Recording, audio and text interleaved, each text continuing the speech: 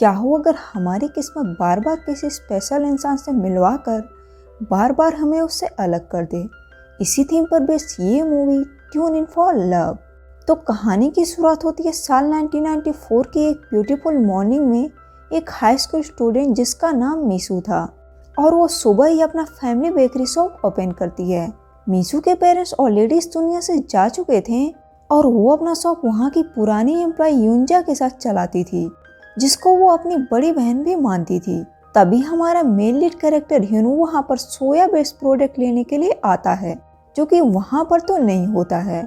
तो मीसू उसको near by supermarket में जाने को बोलती है। जैसे ही वो सुपरमार्केट जाता है, मीसू युंजा को उस वियर्ड हैंडसम बॉय के बारे में बताती है। वो दोनों उसे दूर से देखते हैं और युंजा को लगता है वो अभी अभी जेल से वापस लौटा है, लेकिन मीसू को यकीन नहीं होता है क्योंकि वो बॉय काफी यंग है और अपना स्कूल यूनिफॉर्म भी पहने हुए था। कुछ दिन बीत जाते हैं और अब हिनू रेगुलरली बेकरी शॉप पर टाइम बिताने लगा था।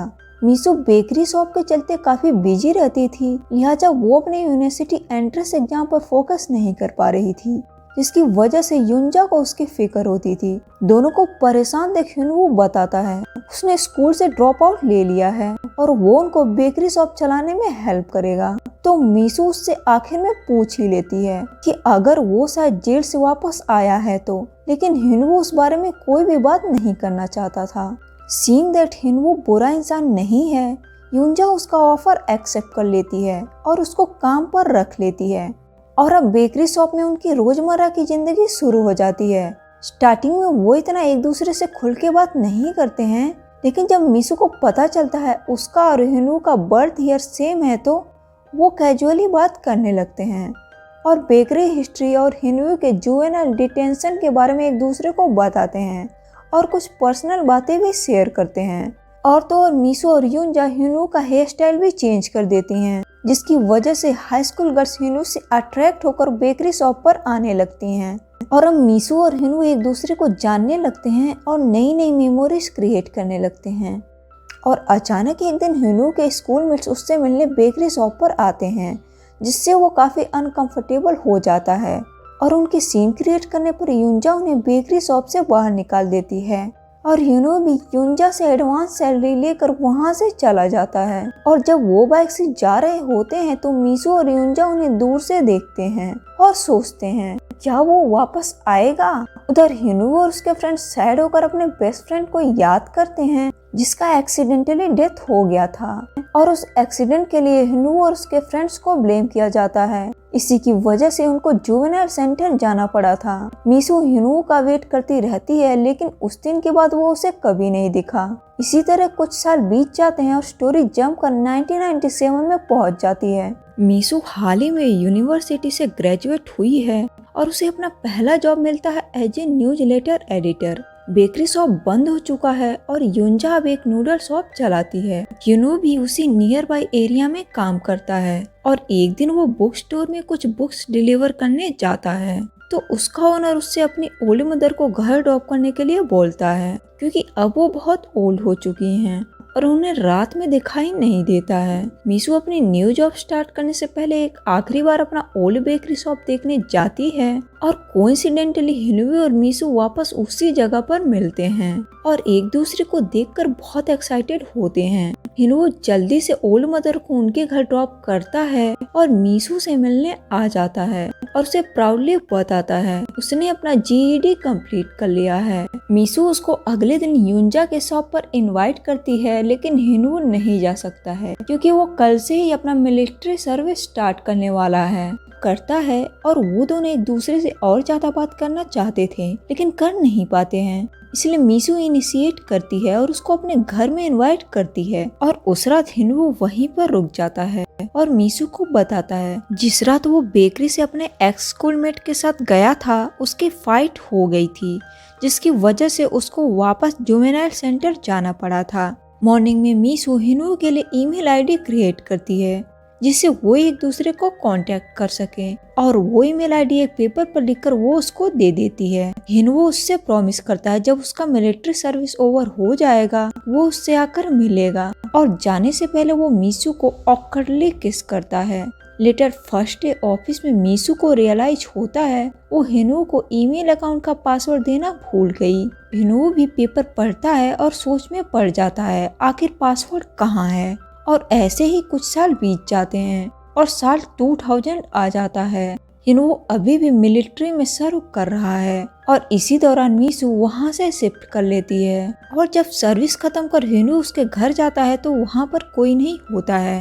वैसे तो मीसू को पता था हिनुओ ईमेल अकाउंट एक्सेस नहीं कर सकता है, फिर भी वो उसके लिए मेल्स भेजा करती थी। नोइंग दैट मीसू का वो घर खाली पड़ा है, हिनुओ वहीं रेंट पर रहने लगता है और उस प्रोसेस में वो ईमेल अकाउंट का पासवर्ड फिगर आउट कर लेता है क्योंकि पासवर्ड और उसके घर का लॉक कोड सेम होता है। और वो मीसू का मेल्स देखकर बहुत एक्साइटेड हो जाता है और उसे रिप्लाई कर अपना फोन नंबर देता है। मीसू भी बहुत ज्यादा खुश होती है, आखिर में हिनुओ ने पासवर्ड फिगर आउट कर ही लिया। और दोपहर में ऑफिस के फोन से वो हिनुओ को कॉल करती है और वो काम के बाद बात करने का डिसाइड करते हैं। हिनुओ एक जिम में एज ए फिटनेस वर्कर काम करता है, लेकिन उसके बिजनेस ओनर ने कस्टमर्स के साथ स्कैम किया होता है, जिसकी वजह से पुलिस अदर वर्कर्स के साथ हिनुओ को भी पुलिस स्टेशन ले जाती है, जिसकी वजह से वो मीसू का कॉल मिस कर देता है। ये जॉब हिनुओ को उसके एक्स स्कूलमेट ने दिलवाई थी, जिसकी वजह से एक बार फिर से वो मीसू से दूर होने वाला था।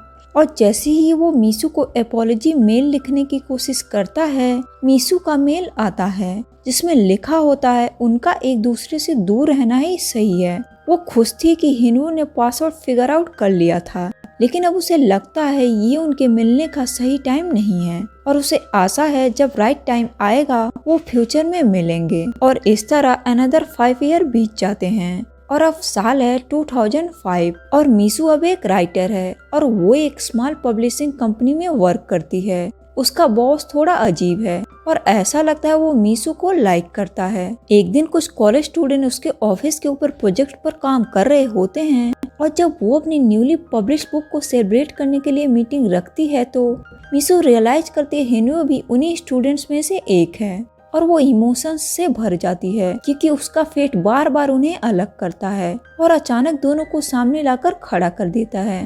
हिनुओ मीसू को उसका ओल्ड अपार्टमेंट दिखाता है जहाँ वो रेंट पर रहता है। मीसू भी हिनुओ के साथ टाइम स्पेंड करने के लिए अपने ऑफिस से 3 दिन की छुट्टी ले लेती है और इस बार वो इतने सालों में हुई सारी मिसअंडरस्टैंडिंग्स को क्लियर करते हैं।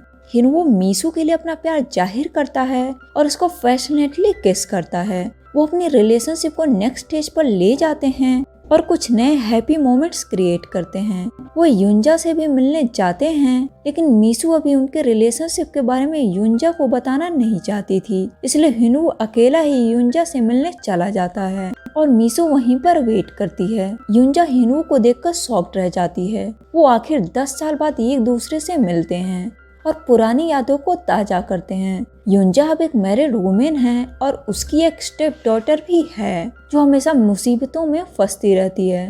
और अचानक एक टीनेज गर्ल आकर युंजा को फॉलो करने को बोलती है और पता चलता है मीसू ने युंजा की स्टेप डॉटर को स्मोकिंग करते हुए पकड़ लिया है और वो उसे डांटती है। उसके बाद वो युंजा की शॉप पर नूडल्स एंजॉय करते हैं और बीते हुए दिनों को याद करते हैं। एक दिन मीसू का बॉस उसे बताता है वो मीसू के ही ओल्ड बेकरी शॉप के सामने एक बेकरी शॉप ओपन करना चाहता है और वो ये भी चाहता है कि मीसू उसकी हेल्प करे और उसकी वजह से वो अपना एक प्रोजेक्ट बंद कर देता है जहां हिनुओ वर्क करता था। और अचानक एक दिन हिनुओ को उसका बीता हुआ कल वापस उसके सामने आ जाता है और वो परेशान हो जाता है क्योंकि उसके फ्रेंड्स को इस दुनिया से गए हुए आज 10 साल बीत चुके हैं और हिनुओ को उसके एक्स स्कूलमेट फोर्स करके उसको उसके बेस्ट फ्रेंड के घर ले जाते हैं ताकि वो चुपके से कुछ पैसे उसकी फैमिली के लिए रख पाएं। लेकिन ऐसा करते ही उसकी सिस्टर हिनुओ को पकड़ लेती है और वो अभी भी गुस्सा है उन सब की वजह से उसका भाई अब इस दुनिया में नहीं रहा। और जब हिनुओ घर वापस जाता है तो वो अपना फोन वहीं कार में भूल जाता है और जब मीसू उसको कॉल करती है तो उसका एक्स स्कूलमेट फोन उठाता है और उसको वापस करता है। मीसू को लगता है कुछ तो गलत है, लेकिन वो इस बारे में हिनुओ से कुछ भी नहीं पूछती है और घर में फ़ोन रख देती है। हिनुओ को रियलाइज तक नहीं होता है कि उसका फ़ोन मिसिंग था और अब यहाँ पर पड़ा है। मीसू उससे पूछती है आखिर वो पूरे दिन कहाँ था, जिस पर हिनुओ उससे झूठ बोल देता है। इसलिए मीसू अब पूरा श्योर हो जाती है हिनुओ उससे कुछ तो छुपा रहा है। तो सच जानने के लिए अगले दिन वो उसके एक्स स्कूलमेट से मिलने जाती है और वो उसे उनके बेस्ट फ्रेंड के घर ले जाता है, जहाँ उसे सच्चाई का पता चलता है जो हिनवू छुपा रहा था। और वो फैमिली वहाँ से ऑलरेडी जा चुकी होती है। कहाँ किसी को कुछ नहीं पता होता है।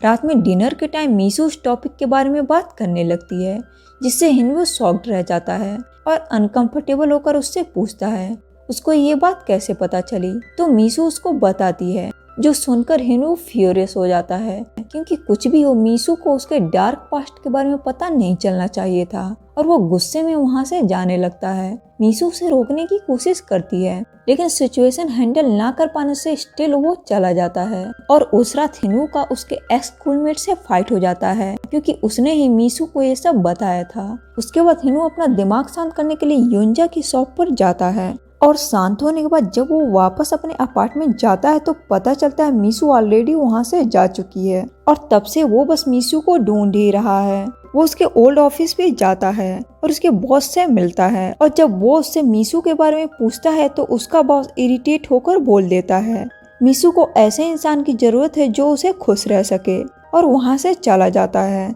तो हिनवे उसके कार का पीछा करता है, क्योंकि जो भी हो उसे बस मीसू से मिलना है। इस पर मीसू का बॉस हंसता है और तेजी से कार को भगाते हुए ले जाता है और पता चलता है मीसू नए बेकरी शॉप में होती है जो हाल ही में उसके बॉस ने ओपन किया है।